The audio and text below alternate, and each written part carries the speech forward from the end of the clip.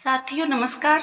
आपका मेरे चैनल श्रेष्ठ धर्म गंगा में स्वागत है। देवगुरु बृहस्पति को बुद्धि और शिक्षा का कारक माना जाता है। गुरुवार को बृहस्पति देव की पूजा करने से धन, विद्या, मान सम्मान, प्रतिष्ठा और अन्य मनोवांछित फल की प्राप्ति होती है। धार्मिक ग्रंथों के अनुसार गुरुवार को भगवान बृहस्पति की पूजा का विधान है।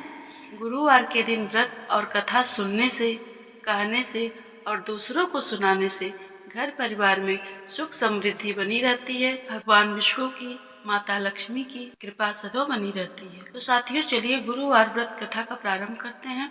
ओम गणेशाय नमः, ओम बृहस्पते नमः। प्राचीन कथा के अनुसार बहुत समय पहले की बात है।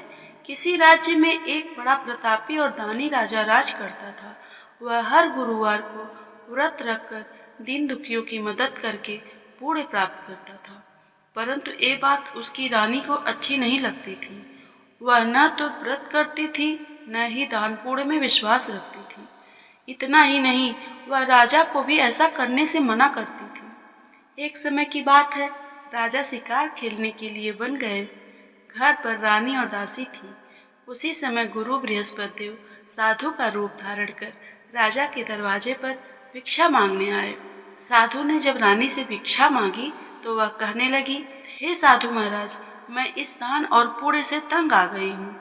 आप कोई ऐसा उपाय बताएं जिससे कि सारा धन नष्ट हो जाए और मैं आराम से रह सकूं।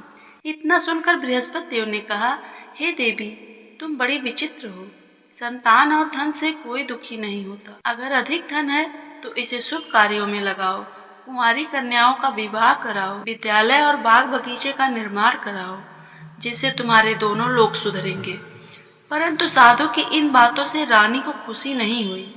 उसने कहा कि मुझे ऐसे धन की आवश्यकता नहीं है जिसे मैं दान दूं और जिसे संभालने में मेरा सारा समय नष्ट हो जाए।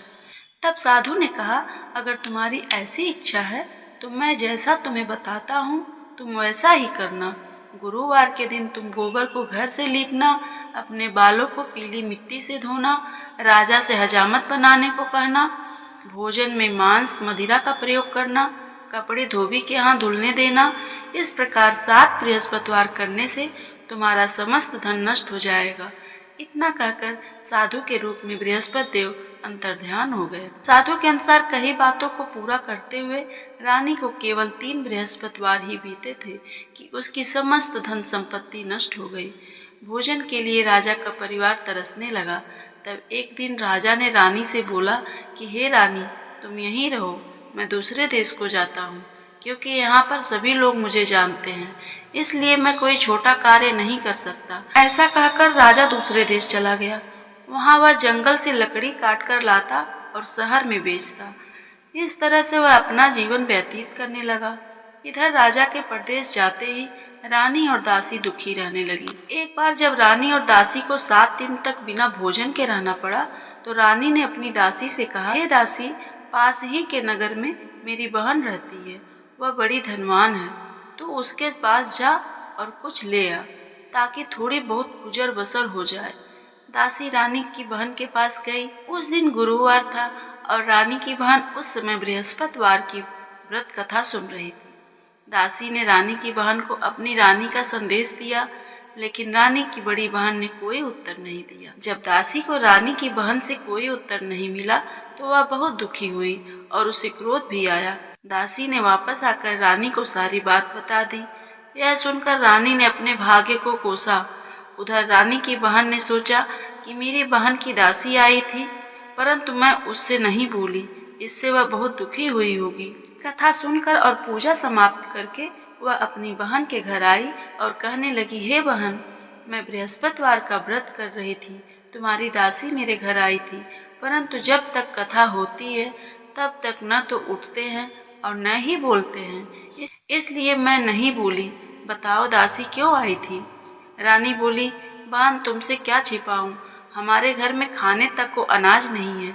ऐसा कहते कहते रानी की आंखें भर आईं।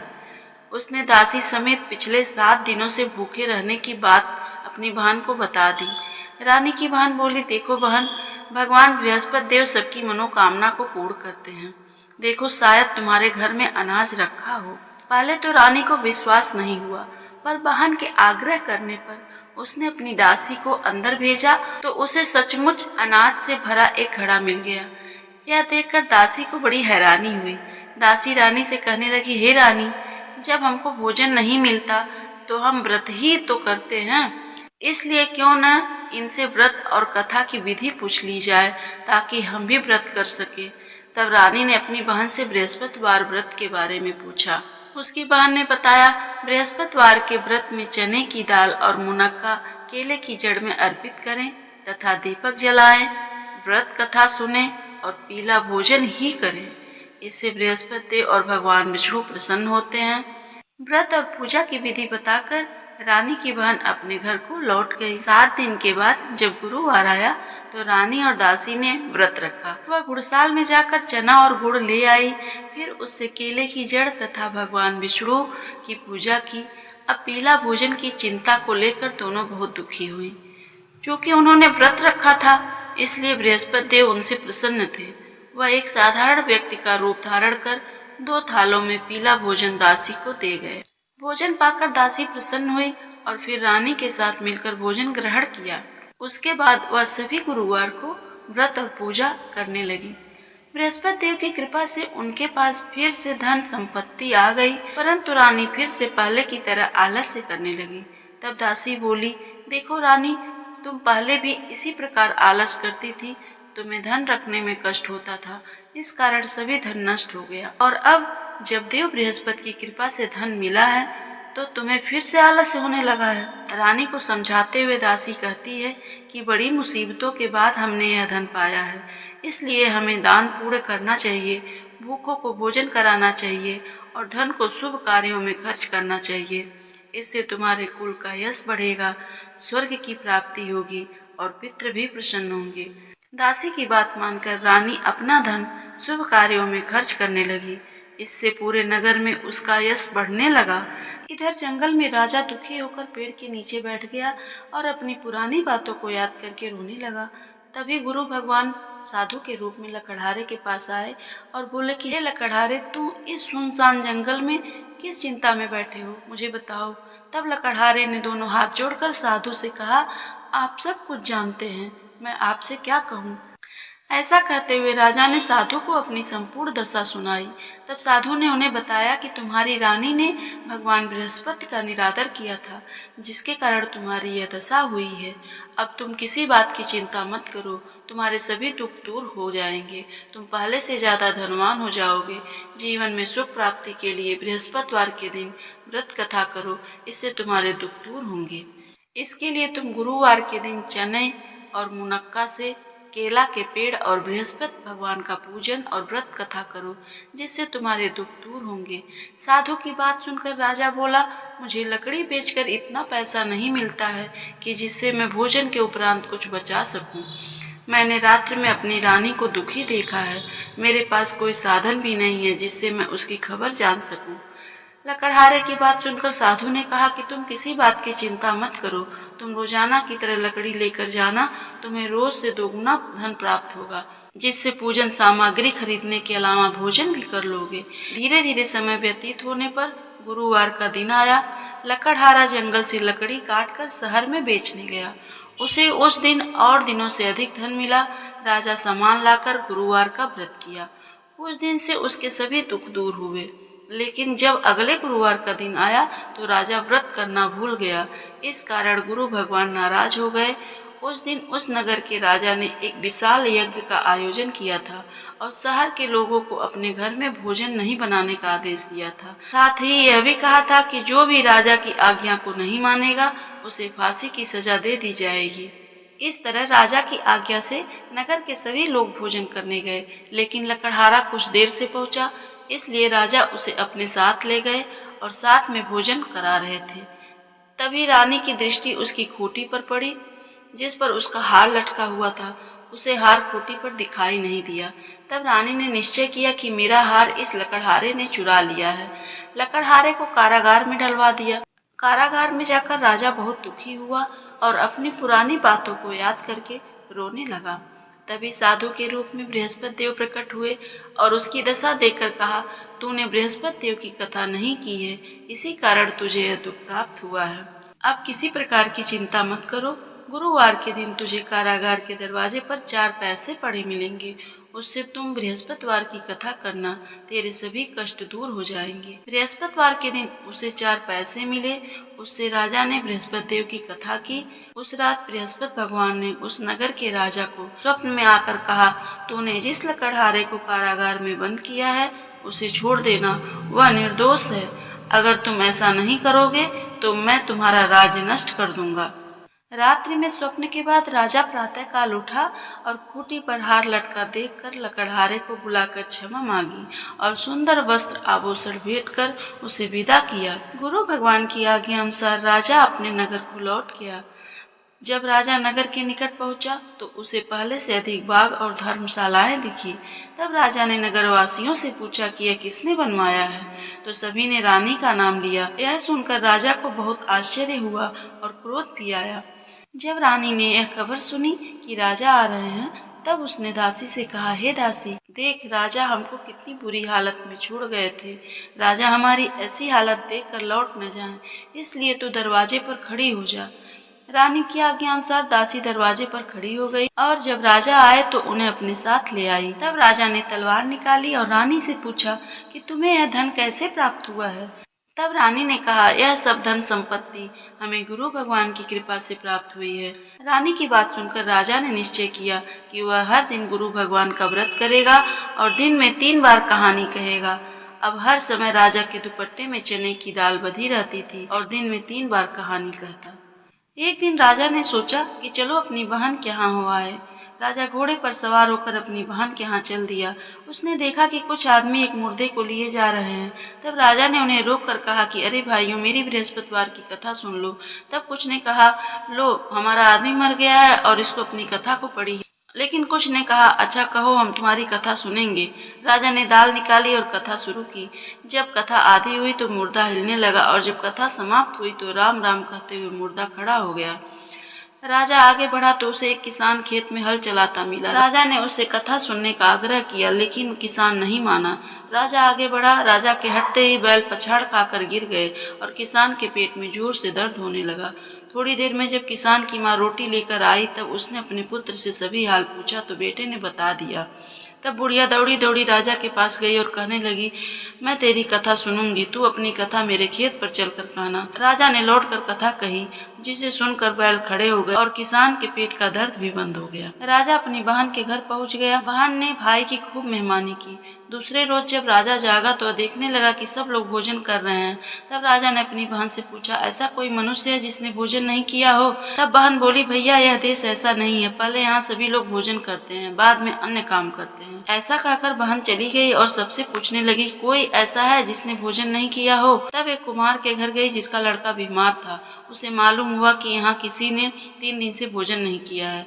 रानी ने कुम्हार से अपने भाई की कथा सुनने के लिए आग्रह किया। वह तैयार हो गया। राजा ने जाकर अपनी कथा कही, जिसको सुनकर उसका लड़का ठीक हो गया।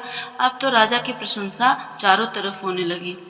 एक दिन राजा ने अपनी बहन से कहा, बहन मैं अपने घर जाऊंगा, तुम भी तैयार हो जाओ। राजा की बहन ने अपने सास से भाई के साथ जाने की आज्ञा मांगी। तब सास बोली, तुम चली जाओ, लेकिन बच्चों को मत ले जाना, क्योंकि तेरे भाई की कोई संतान नहीं है। बहन ने अपने भाई से कहा कि भैया मैं तो चलूंगी, परंतु कोई बालक नहीं जाएंगे। तब राजा ने अपनी बहन से कहा कि जब कोई बालक नहीं जाएगा तब तुम ही चलकर क्या करोगी। राजा दुखी मन से नगर को लौट गया और रानी को सब बात बता दी। तब रानी ने कहा, बृहस्पति भगवान ने हमें सब कुछ दिया है, वह हमें संतान अवश्य देंगे। उसी रात बृहस्पति देव ने राजा को सपने में कहा, हे राजा उठ, सभी सोच त्याग दे, तेरी रानी गर्भवती है।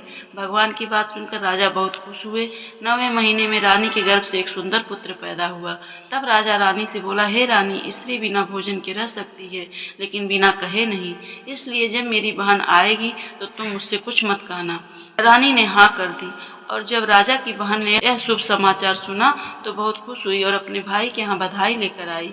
तब रानी बोली, घोड़ा चढ़कर तो नहीं आई, गधा चढ़ी आई।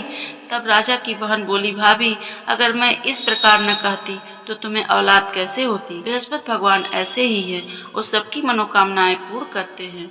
जो सद्भावना पूर्वक बृहस्पतिवार का व्रत रखता है, कथा पढ़ता है, सुनता है और दूसरों को सुनाता है, गुरु भगवान उसकी सभी मनोकामनाएं पूर्ण करते हैं। कथा सुनने के बाद प्रसाद लेकर ही जाना चाहिए, नहीं तो भगवान का निरादर होता है। साथियों, हमें उम्मीद है कि बृहस्पति देव की यह व्रत कथा आप सभी को पसंद आई होगी। अगर आपको यह कथा पसंद आई है तो इसे लाइक करें, शेयर करें और मेरे चैनल को सब्सक्राइब करें। कमेंट में जय बृहस्पति देव लिखना न भूलें। और आइए हम साथ साथ बृहस्पति देव की आरती भी करते हैं। जय बृहस्पति देवा, ओम जय बृहस्पति देवा, छिन छिन भोग लगाऊं कदली फल मेवा। ओम जय बृहस्पति देवा, जय बृहस्पति देवा, तुम पूर्ण परमात्मा, तुम अंतर्यामी, जगत पिता जगदीश्वर, जगत पिता जगदीश्वर, तुम सबके स्वामी। ओम जय बृहस्पति देवा, जय बृहस्पति देवा, चरणामृत निज निर्मल सब पातक हरता, सकल मनोरथ दायक, सकल मनोरथ दायक, कृपा करो भरता। ओम जय बृहस्पति देवा, जय बृहस्पति देवा, तन मन धन अर्पण कर जो जन शरण पड़े, प्रभु प्रकट तब होकर, प्रभु प्रकट तब होकर, आकर द्वार खड़े। ओम जय बृहस्पति देवा, जय बृहस्पति देवा, दीन दयाल दयानिधि भक्तन हितकारी, पाप दोष सब हरता, पाप दोष सब हरता, भव बंधन हारी। ओम जय बृहस्पति देवा, जय बृहस्पति देवा, सकल मनोरथ दायक सब संशय हारो, विषय विकार मिटाओ, विषय विकार मिटाओ, संतन सुखकारी। ओम जय बृहस्पति देवा, जय बृहस्पति देवा, जो कोई आरती तेरी प्रेम सहित गावे, जेठानंद आनंद कर, जेठानंद आनंद कर, सो निश्चय पावे। ओम जय बृहस्पति देवा, जय बृहस्पति देवा। सब बोलो विष्णु भगवान की जय, बोलो बृहस्पति देव भगवान की जय, माता लक्ष्मी की जय। हर हर महादेव।